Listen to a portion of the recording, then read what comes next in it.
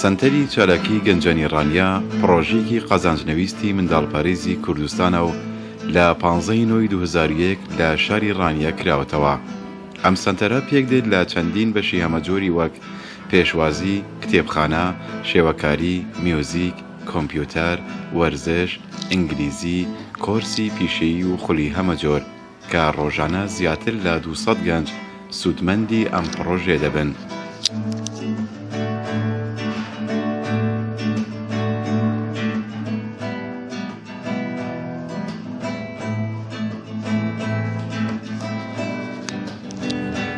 من وەقتی کارێکی سەنتەری چالاکی گەنجان هاتووم بۆ فێربوونی گیتار بۆ ماوەی ساڵ و نیوەیەکە لێرەم.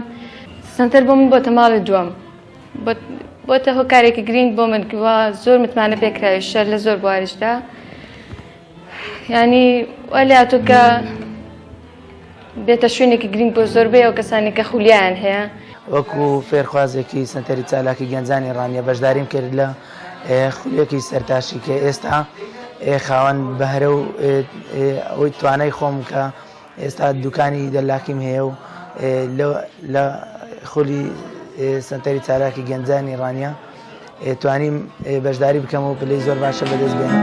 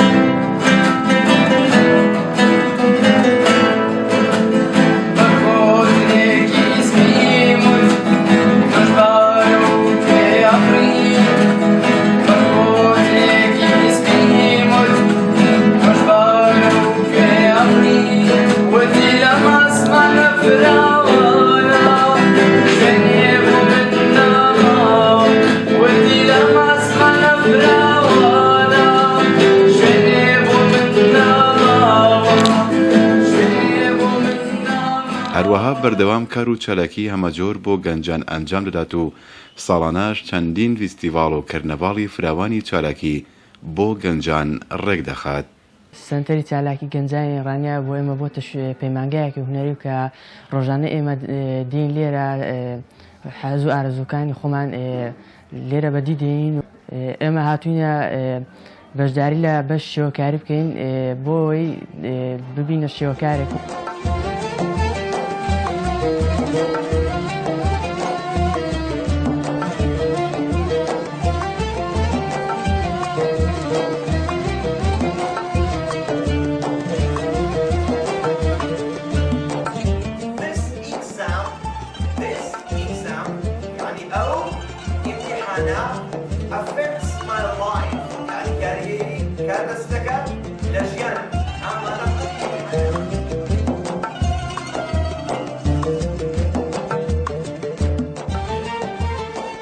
سەنتەری چالاکی گەنجانی رانیە بۆتە ماڵێکی هەمیشە ئاوادانی گەنجان و بە شێوەیەک تا ئێستا بە هەزاران گەنج لەم سەنتەرە پێگەیاندراون و لە خولە جیاوازەکانی پیشەیدا خراونەتە سەرکار یاخود گەشە بە توانە هونەری و ڕۆشنبیری و وەرزشی و پەروەردەیەکانیان دراوە و سوودمەندی بەشە جیاوازەکانی سەنتەر بوون.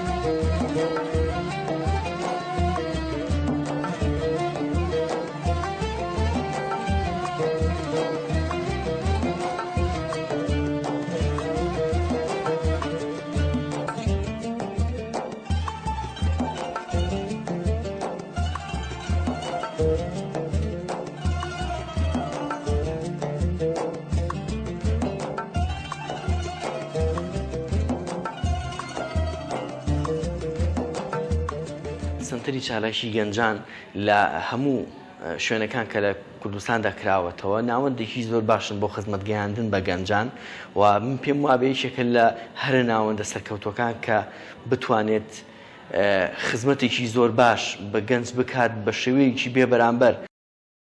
مێژووی سەنتەری چالاکی گەنجانی رانیە دەگەڕێتەوە بۆ سەرەتاکانی ساڵی 2001 کاتێک کۆمەڵێک گەنجی خۆبەخشی رانیە با کۆکردنەوەی چەند ڕەحلە و تەختەڕەشێکی خراپبووی قوتابخانەی بتوێنی رانیە لە خانوویەکی سێژووری هەڵسان بە ئەنجامدانی چەند چالاکیەکی هەمەجۆر پاشان ئیمزای سەدان گەنجیان کۆکردەوە و داواکاریەکیان گەیاندە مندالپارێزی کوردستان لە هاوپێچیشدا وێنەی چەند چالاکیەکی هونەری و ڕۆشنبیری خۆیان ناردبوو.